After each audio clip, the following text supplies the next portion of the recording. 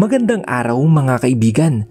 Samahan niyo po akong muli para sa isang kwento ng pag-ibig na tiyak nakapupulutan ng aral at magpapaantig sa inyong mga puso. Pero kung bago ka pa lamang, ay pakilike po ng ating video. Pakiclick ng subscribe button, gayon din ng bell icon para lagi kang updated sa mga susunod ko pang upload.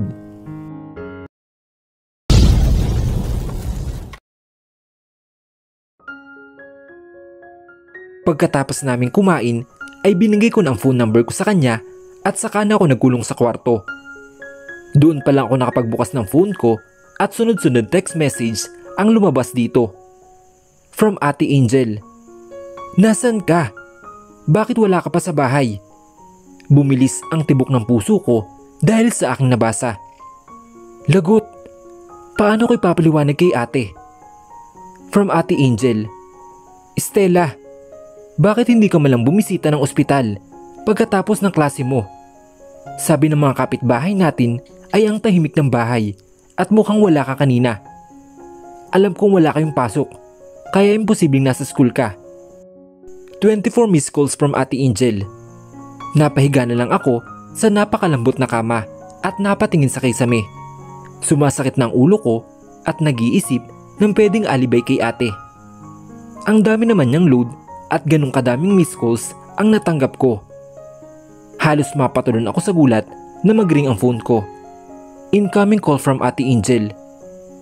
Mabilis pa sa alas 4 ang pagpindot ko ng green button. Hinahanda ko na ang tenga ko para sa boses ni Ate Angel na daig pa ang sirena ng ambulansya at pulis mobile. Hello? Sabi ko pagkasagot ko ng tawag. Diyos ko naman, Stella. Kanina pa ako nag-aalala sa'yo. Kanina pa akong tumatawag sa'yo ah. Bakit hindi mo sinasagot? Nilayo ko agad ang telepono sa tenga ko dahil sa lakas ng boses ni ate at feeling ko masisira ang speaker ng phone ko. Pati eardrums ko siguro ay mababasag. Naghanap ako ng trabaho ate. Pagsisinungaling kong sagot sa kaniya. Ha? Anong trabaho? Stella, nag-aaral ka. Baka makasagaba lang yan sa pag-aaral mo. Nag-aalala lang sabi niya. Nahiga ako sa kama habang kausap ko pa din si ate sa cellphone ko.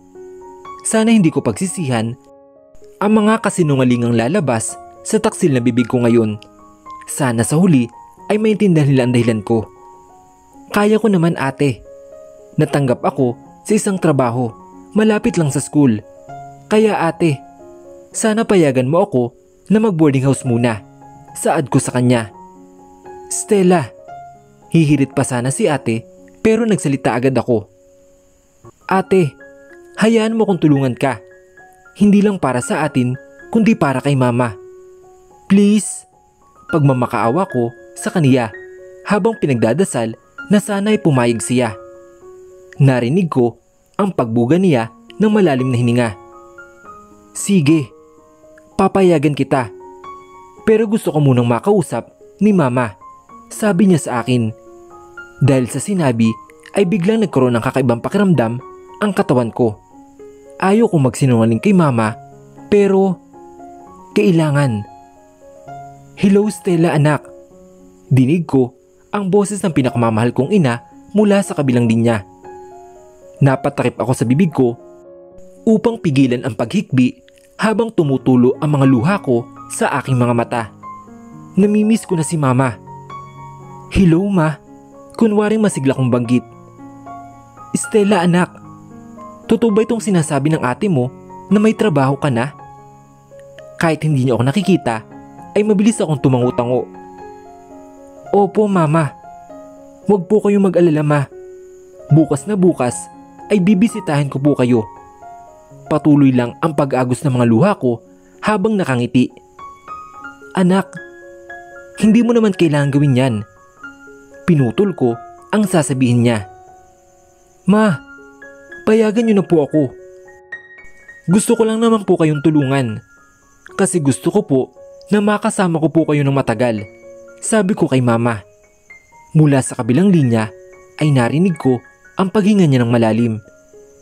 O sige anak, basta Huwag mong pagbabayaan ang pag-aaral mo ha. Masayang banggit ni mama. Napangiti ako at iniisip na lamang na para na din sa kapakanan ito nila mama. Kagaya nga ng sabi ko, gagawin ko lahat para kay mama, kahit ano pang kapalit nito. Opo ma, mahal na mahal ko po kayo. Wika ko habang nakangiti at nagpupunas ng luha mula sa aking mga mata. I love you too anak. Marinig ko lang ang boses ni mama at malaman ko lang na nasa mabuting kalagayan siya. Walang sakit, masigla at makakasama pa namin siya ay masaya na ako doon. Ako na ang nag-end ng call at napagulhol ako ng iyak. Parang hindi ko yata kaya na magsinguling kay ate lalo na kay mama. Pero wala akong choice. Bala ko naman talagang aminin sa kanila pero ang totoo ay hindi pa sa ngayon. Masyado pang magulo ang sitwasyon at ayaw ko pang dumagdag pa sa isipin nila. Napatingin muli ako sa cellphone na mag-vibrate ito at isa ito na message sa group chat namin. From Jenny. OMG guys, open your television and watch the news. Napabangon ako sa aking kama dahil sa aking nabasa. Ano naman kayang napanood ng Jenny na ito? From Tony. Bakit? Anong meron? Naibalik na ba ang perang ninakaw ng PhilHealth?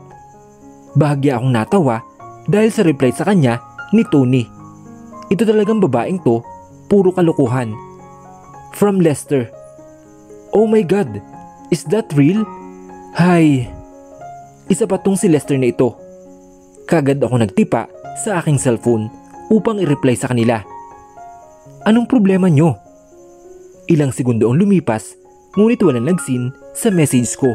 Wala ding nag-reply. Sa bagay, kanina pa pala tong message nila. Late lang nag-pop sa screen. Kaagad kong binuksan ang malaking TV sa kwarto ko at nilagay sa news ang channel. Ito namang si Jenny, kung makareact, akala mo naman ay napakalaking issue ng napanood. Siguro ay tungkol na naman iyon sa mga favorite love team niya na naghiwalay o kaya ay cancel ang concert ng BTS. What the? Mahinang mura ko pagkatapos makita ang laman ng balita. Maging ako ay nagulat sa napanood. Nakalagay sa headline, Anthony Lagdameo kasal na. Kilalang kilala nating lahat ang sikat na aktor na si Anthony Lagdameo at kamay-kailan lamang ay nakuhanan ng litratong aktor kasama ang isang hindi pamilyar na babae sa set ng taping na ginagawa nilang pelikula. At ang kapansin-pansin din ay ang mga singsing na pareho nilang suot habang magkasama. Totoo ba ito o haka-haka? Pinatay ko ang TV at tumingin sa kanya. So, what's the problem about the news? Kalmadong sabi ni Anthony habang umiinom ng gatas niya at nanonood sa TV. Pagkatapos kong mapanood ito ay kagad akong tumakbo papunta sa kwarto niya at pinabukas ang TV niya. Kanina nga ay gusto ko nang painumin ng coke na may biodiesik itong si Anthony. Paano ba naman ay pa-chill-chill pa ang gago? Eh di siya ng kalmado.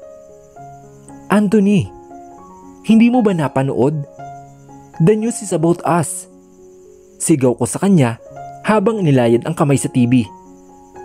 And then, isn't that our plans? To convince everyone that we are married. What's the matter? Nabalik ako sa ulirat nang sabihin niya iyon. Napaupo ako sa kama niya habang siya ay nakasandal sa headboard nito. Oo nga. Bakit ba nag-aalala ko? Eh nakadisguise naman ako. So hindi nila ako makikilala. Ito na pala ang simula. Kinakabahan na tuloy ako sa susunod na pwedeng mangyari kapag nagtagal na ang ginagawa naming ito. It looks like it's starting. I took a deep breath and closed my eyes for a while. Ano ba tong pinasok mo, Stella? Naramdaman ko ang paggalaw niya mula sa likod ko. Nabigla ako sa pagyakap niya sa akin mula sa likod ko at pinatong ang baba niya sa balikat ko. Yep. So starting tomorrow, you'll be famous. Ready to enter the world of showbiz? Tanong niya sa mababang tono ng pananalita. Napakahusky ng boses niya na sobrang nakakapanindig balahibo at pakiramdam mo ay mapapasunod ka niya sa lahat ng sasabihin niya. His voice is like a drugs na nakakasira ng ulirat. I think so. He's starting to kiss my neck. Naramdaman ko ang paglakad ng kamay niya papunta sa dibdib ko at dahan-dahan itong minamasahe. Parang nawala ako sa sarili ko dahil aminin ko na nagugustuhan ko ang ginagawa niya. Shit! His hand is so perfect to my... Napamulat ako sa realidad at agad akong napatayo at lumayo sa kanya. Kitang-kita ko ang panlalaki ng mga mata niya. Teka! Wala sa usapan niya na.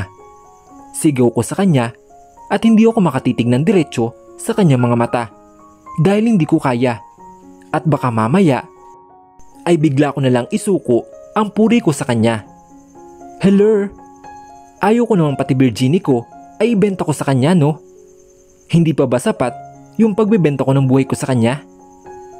Oh really? Did you read the contract before you sign it? Tanong niya na mayroong napakalang ngiti sa kanyang labi. Nadako ang tingin ko sa isang brown envelope na nakapatong sa lamesa niya sa gilid nito. Kinuha ko ito at tiningnan ang nakalagay sa loob. Tama nga, ang hinala kong ito, isa itong kontrata. Binasa ko ito at ayon dito, bukod sa pagpapanggap naming dalawa ay kasama dito lahat, as in lahat ng ginagawa ng typical na couple. So it means kiss, holding hands, hugs, and no way, over my dead body. What? Sa inis ay pinunit ko ito mismo sa harapan niya ng pira-piraso at sinigurado ko na hindi nito maaayos gamit ang tape o kung anumang pandikit. Yes, now we don't have an agreement. Uuwi na ako sa bahay. Oh, napaka-careless naman ng asawa ko. But don't worry, I made a few copies of that. Nanlaki ang mata ko dahil sa sinabi niya. Anak ng tinamaan ng magaling na gwapo, pangit at manyak na lalaki. At dahil doon ay naglakad ako papuntang pinto habang ang bibigat ng bawat yabag ko sa sahig. Nakakainis siya. Sana ma-reincarnate siya bilang bato para masipa ko siya mismo. Close the door. Malakas kong sinarado ang pintuan ng kwarto niya na makalabas ako. So, it looks like I'm a trap. Bakit nga ba hindi ko muna binasa ang nakalagay sa kontrata? So now, wala na talaga akong kawala. Napasandal ako sa pintuan ng kwarto niya habang ikinakalma ang sarili. Aba, at talagang gusto niya pa akong pagsamantalahan. Anong tingin niya sa akin? Bayaran? Hostess? Kalad ka rin? Ipakain ko sa kanya yung kontrata at pera niya para matauhan siya. Nahumaling yata sa panonood ng X-videos kaya pati ang isip niya ay naapektuhan na. Pinirmahan ni Stella ang kontrata nang hindi binabasa. Ano ka ba, Stella? Bulong niya sa kanyang sarili. I can't believe that he's already married.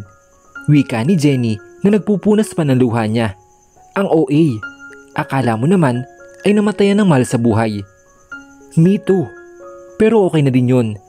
Kesa naman sa malanding si Bea siya matutuluyan. Naku, kapag nangyari talaga yun, ipapaputol ko ang kaliwang braso ko. Matapang na saad ni Tony. OMG girls, may guesting si Anthony mamayang 12. Watch natin mamaya. Excited na banggit ni Lester habang nag-i-scroll sa puniya. Basta talaga usapang showbiz at social media, si Lester ang panlaban namin. Itanong mo sa kanya ang love life ng buong ABS-CBN at GMA ay alam na alam niya hanggang sa dahilan ng hiwalayan. Wala pa ang subject teacher namin kaya nagkikwentuhan kami ngayong 4 dito sa koridor habang hinihintay ang pagtunog ng bell sa hallway. Mabuti na lamang at maaga akong nahitid ng driver ni Anthony dito sa school at hindi nila ako naabutan. Nakatingin lang ako sa kanilang tatlo habang may kani-kanilang mundo. Si Jenny umiiyak, si Lester nagsa-cellphone at si Tony ay tulala. Hay naku, mukhang ako na lang yata ang matino sa aming apat. Guys! Silang tatlo ay napatingin sa akin at naghihintay ng susunod kong sasabihin. Huminga ako ng malalim at hinahanda ang aking sarili sa maaaring reaksyon nila.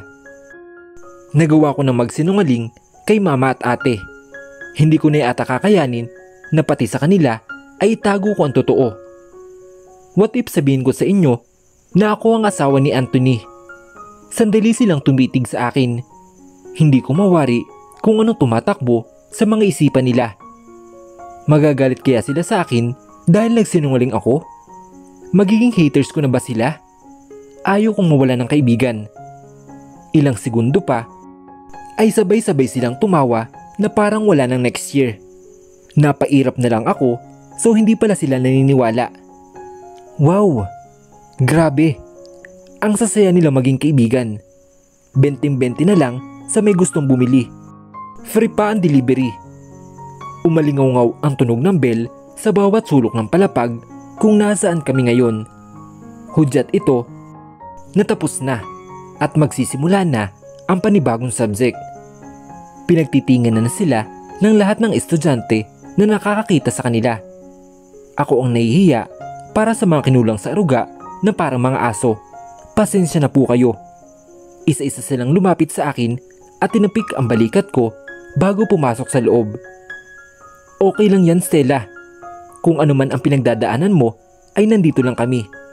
Sabi ni Tony habang nakangiti at sinasabi ng mga mata niya na hindi nila ako iiwan. Tinapik niya ako bago ako lampasan.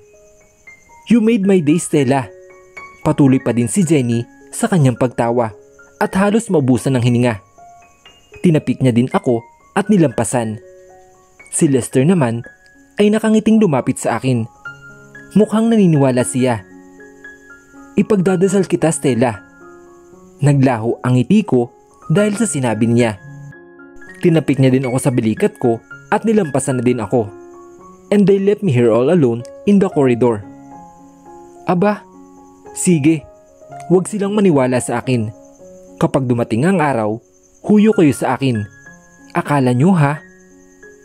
After ng morning class, ay sabay-sabay kaming pumunta sa malapit na karinderya. Hindi para kumain, kundi para makinood ng TV. Pakiramdam ko nga ay nababisit na sa amin ang may-ari ng karinderya. Dahil sa halos araw-araw namin pagtambay dito at puro sabaw lang ang ino-order namin. Start na guys! Sambit ni Jenny na tutok sa TV. Habang abala sila sa panunood ay abala din ako sa pagkain. Mas mahalaga ang sikmura kaysa sa mata. At saka, si Anthony lang naman iyon. Mamaya, makikita ko ulit siya. Mukhang 3 buwan na mauumay sa pagmumukha ng lalaki na yun. So tell us, Anthony, ngayong kasal ka na, ano bang plano mo? Kayo ng asawa mo? Tanong ng host ng palabas. Well, we're looking forward to make a family. And soon, siguro soon, ay balak na namin magka-baby. Ang hinigop kong sabaw ay nailuwa ko ulit sa mangkok. What the? Ano yung narinig ko? Nabibingi na ba ako? Sabi ko na nga ba, dapat naglinis ako ng tenga noong nakaraan. Stella, you're disgusting. You see naman, nanonood kami diba? Nakangiwing bagit ni Jenny na nandidiring nakatingin sa akin. Oh, tubig, sabi ni Lester at saka inabot ang baso ng tubig sa gilid niya. Salamat, wika ko naman at sunod-sunod na tinungga ang baso ng tubig na ibinibigay niya. Mabuti pa itong si Lester. Lalabo ang mata sa pagsiselfone pero hindi sa pagtulong sa kaibigan. Seryoso kaya si Anthony sa sinabi niya? Mukhang hindi naman siguro. Kakasabi ko lang kahapon na ayaw kong ibenta ang puri ko sa kanya. Tapos ngayon, kung ano-ano nang lumalabas sa bastos na bunganga niya. Parang ayaw ko na tuloy umuwi sa mansyon niya. Baka mamaya ay bigla na lang niya akong sunggaban. Diretso akong nakatayo ngayon dito sa harap ng pintuan ng kwarto ni Mama. Nandito na ako sa ospital at humuhugot ng lakas ng loob bago ako pumasok. May dala akong mga prutas na nakabasket para lang kay mama. Nag-withdraw ako ng pera kanina para may bigay ako sa kanila mamaya. Pinihit ko ng seradura ng pintuan at bumungad sa akin si ate na pinapakain si mama. Pareho silang napatingin sa akin nang marinig ang pagbukas ng pintuan. "Stella," wika ni Ate Angel na ibinaba muna ang mangkok ng lugaw sa isang lamesa sa tabi ng higaan ni mama. Naglakad ako palapit sa kanilang dalawa at inilapag ang basket sa may lamesa at nagmano ako kay mama bago umupo sa tabi niya. "Kumusta na po ang pakiramdam niyo, mama?" tanong ko at hinawakan ng kanang kamay niya. "Heto at lumalakas na ako. Ang sabi ng doktor, makakalabas na ako bukas, anak." Ngumiti ako sa kanya. Hinalikan ko ang kamay niya at nagsimula na akong mapahikbi. This will be the last time na makakasama ko siya. 3 buwan ni Stella. 3 buwan at kayang-kaya mo yan. "Stella, anak, tana. Halika nga." I leaned closer to her and she hugged me. Hinigpitan ko ang yakap ko kay mama. Yung tipong gusto ko nang sulitin ito at ayaw ko nang makawala sa mga bisig niya. "Basta lagi mong tatandaan, Stella, mahal na mahal ka ni mama." Wika niya at hinalikan ang buhok ko habang hinahaplos ang likod ko. "Mahal na mahal din kita, ma. Gagawin ko po ang lahat para lang gumaling ka."